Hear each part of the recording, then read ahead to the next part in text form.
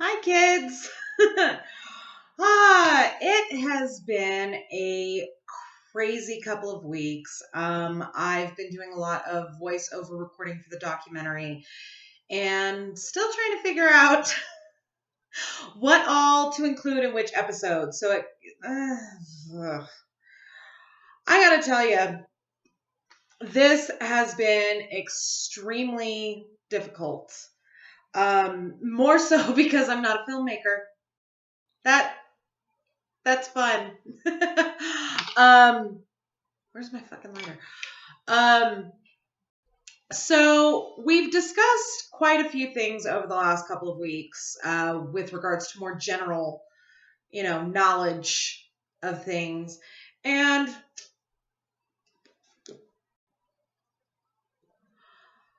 I've been thinking, when I started this channel, it was more, and especially when I started covering the wrongful conviction stuff, I wanted to sort of bring everybody into awareness, sort of get you guys understanding the laws in your particular state, understanding your rights more.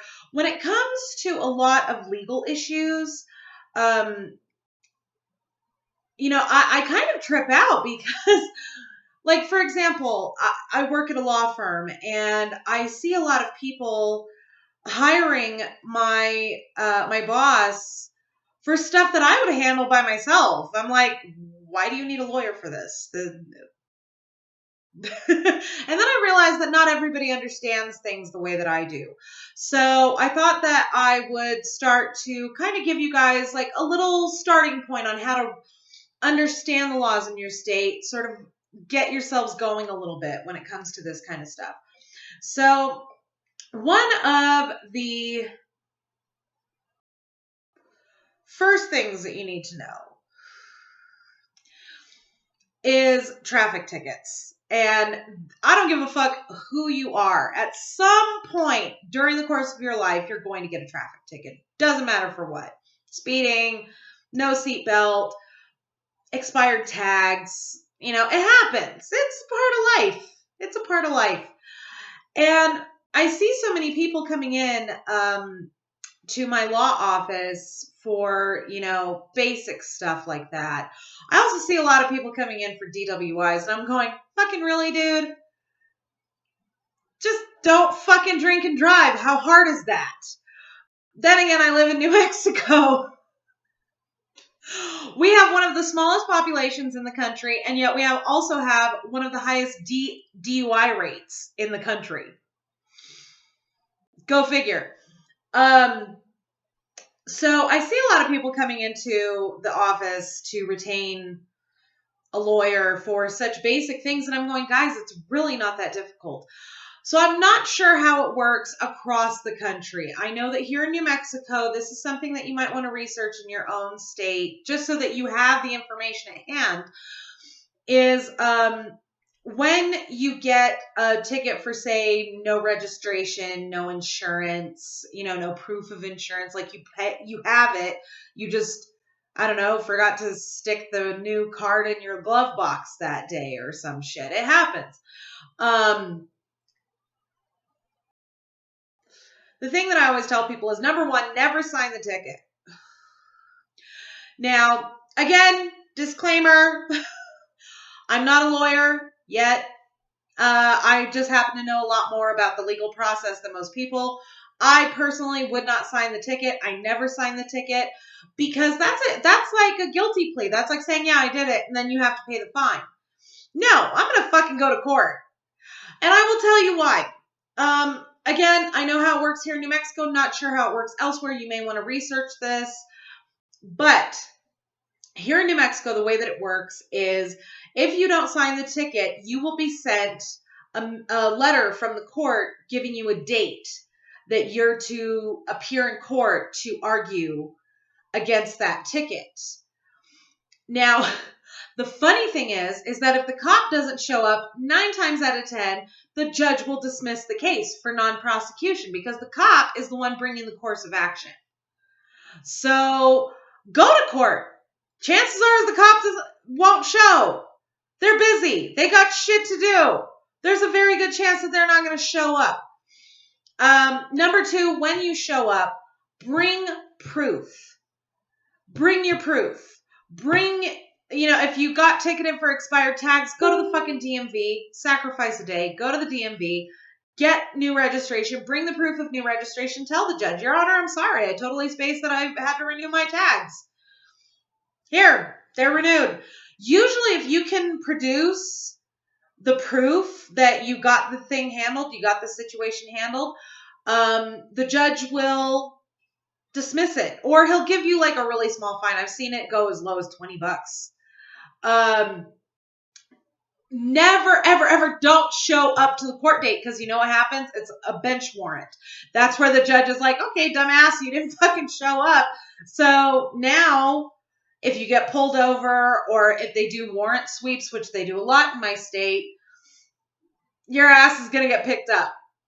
And you're going to go to jail, and then, a minor fucking traffic ticket is going to turn into this whole thing.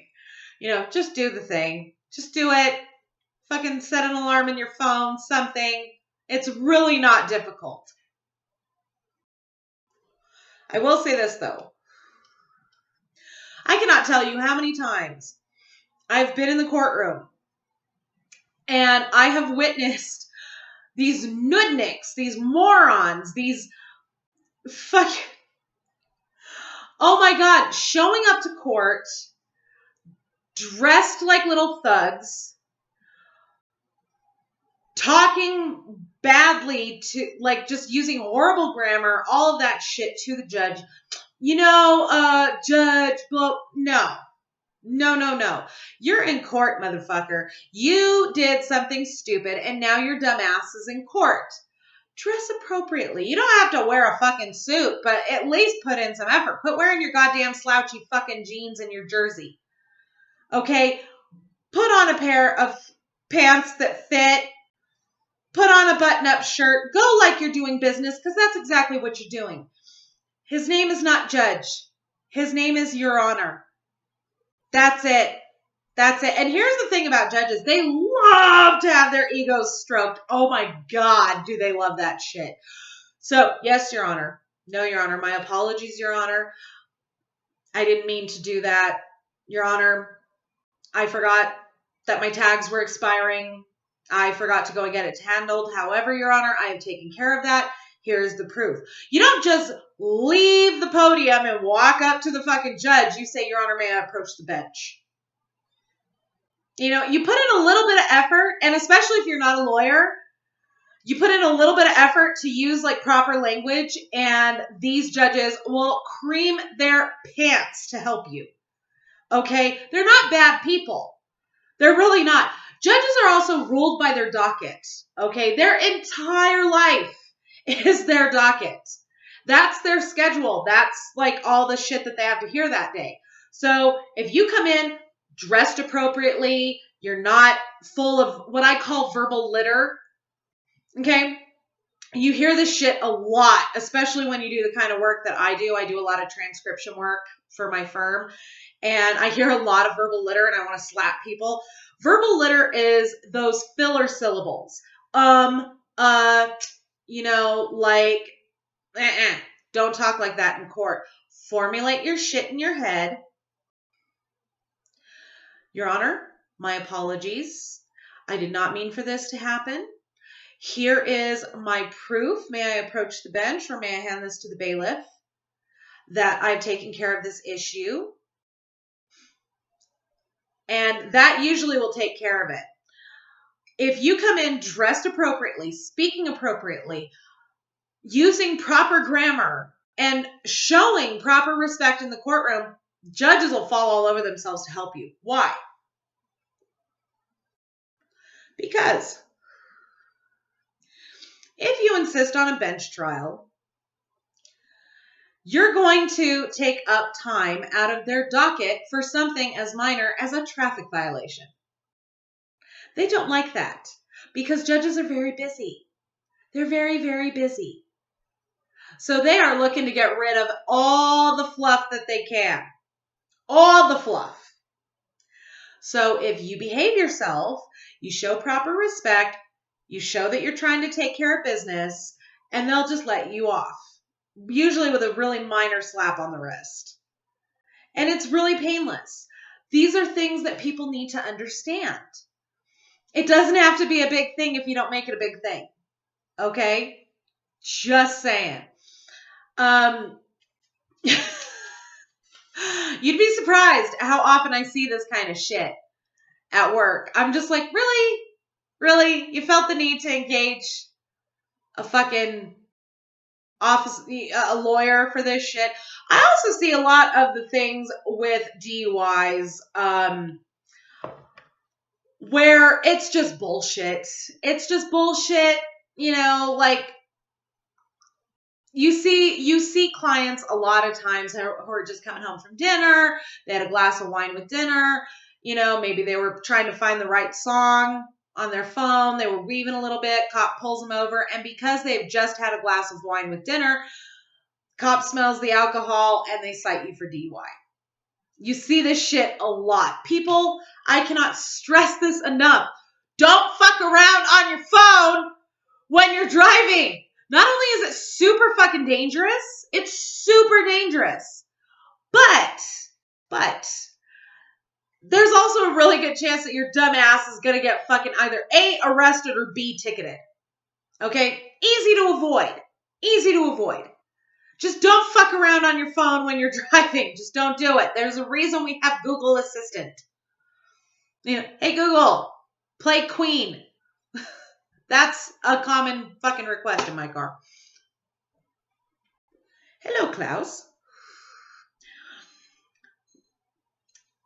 9 times out of 10, the most common thing that you hear about is people giving police permission to search without a warrant.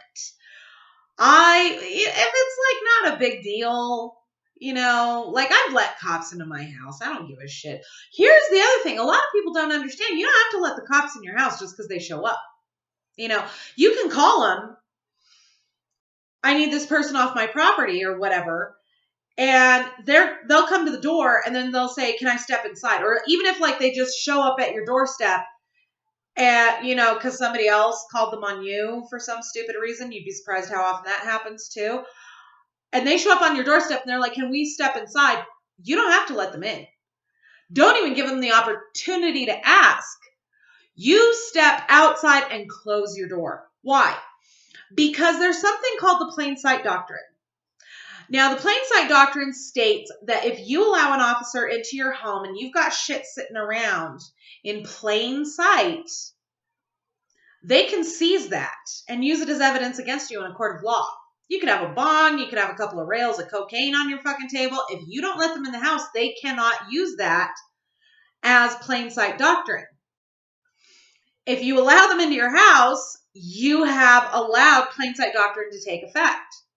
So never let the cops in your house. Step your happy ass outside and close the door. You don't have to let them in. You don't have to let them in if they don't have a warrant. If they have a warrant, don't just sign it. Don't just sign it. Read it first. First rule of thumb that my mama taught me since I was like knee-high to a grasshopper was you never sign anything that you haven't read. Ever. You read everything that you are going to put your signature on. Absolutely everything. Everything. Because you'd be surprised how many people just fucking sign something willy-nilly and they are legally bound by it. You read that shit. And if you find something wrong with it, my mom used to do this all the time. It used to piss me off, but now as a mom, I do it myself. When I'm signing permission slips for my kids' school, my mom used to do this. She would cross out things that she did not agree with, and then she would initial it, and then she'd write what she wanted underneath, and then she'd sign it. That makes what she said legally binding to her. So if, say, they have a clause in there of like, you won't hold the school accountable if your kid gets lost on this field trip to Yosemite Park, cross that shit out, provided adequate supervision was provided by the adults in charge, that nullifies. Well, I would assume that it would nullify. I don't know. I'm not a fucking lawyer, but at the very least, it puts an extra point in your favor if you ever have to sue anybody. So read everything that you sign. I cannot stress this enough. Read it. Read the whole thing. I don't care if they're standing there like tapping their foot, looking at their watch. It doesn't matter. Read that shit before you put your signature on it. Especially a search warrant. Every time. Every time. Doesn't matter. Tickets, especially if you're just going to sign it because you're like, okay, yeah, I was kind of hauling ass. You know? Like in that instance, I totally would. I'd totally be like, fuck, dude, you caught me. But I'm going to read that shit because I want to see how much he says I was going over the speed limit. I'm a very conscientious driver. I monitor my speed at all. It helps that I have a standard, but I monitor that shit. And I'm sorry, but if he's trying to say that I was going like 85 and a 40, yeah, bite me, dude. I was like going 2 miles over the fucking speed limit and you know it.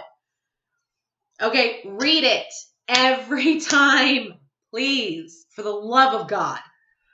You'd be surprised how many fucking bullshit things come through my office that could so easily be avoided with just a little bit of vigilance. Just a little bit.